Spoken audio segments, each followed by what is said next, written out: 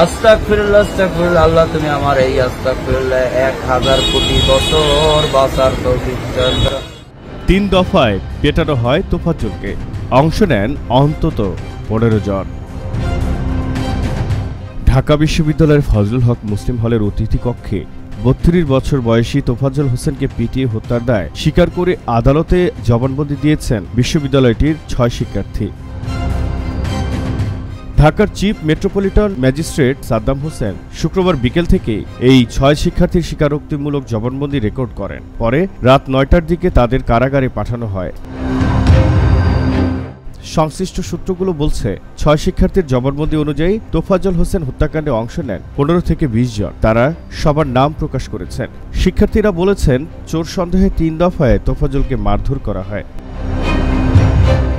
আদালতে স্বীকারোক্তি দেওয়া সেই 6 শিক্ষার্থী হলেন মোহাম্মদ জালাল মিয়া, সুমন মিয়া, মোহাম্মদ মুত্তাকিন সাকিন, আল হুসাইন সাজ্জাদ, আহসানুল্লাহ ও ওয়াজিবুল্লাহ আলম।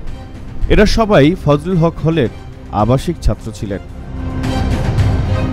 সংশ্লিষ্ট সূত্রগুলো আরও বলছে, স্বীকারোক্তিমূলক জবানবন্দিতে 6 শিক্ষার্থীর সবাই বলেছেন, 18 সেপ্টেম্বর দুপুরে ছাত্রদের 6টি মুঠোফোন ও মানিব্যাগ চুরি হয়েছিল।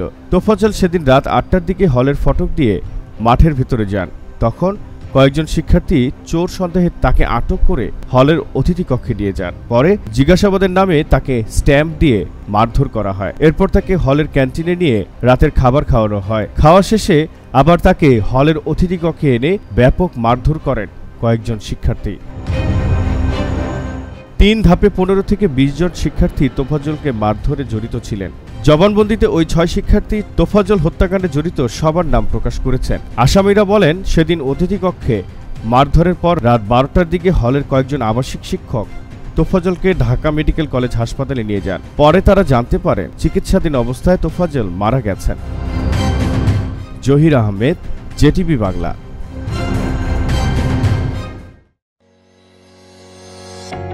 Are you ready to experience the better way to pay? Then try JRF Pay. So what are you waiting for? Download now. Experience a better way to pay with JRF Pay.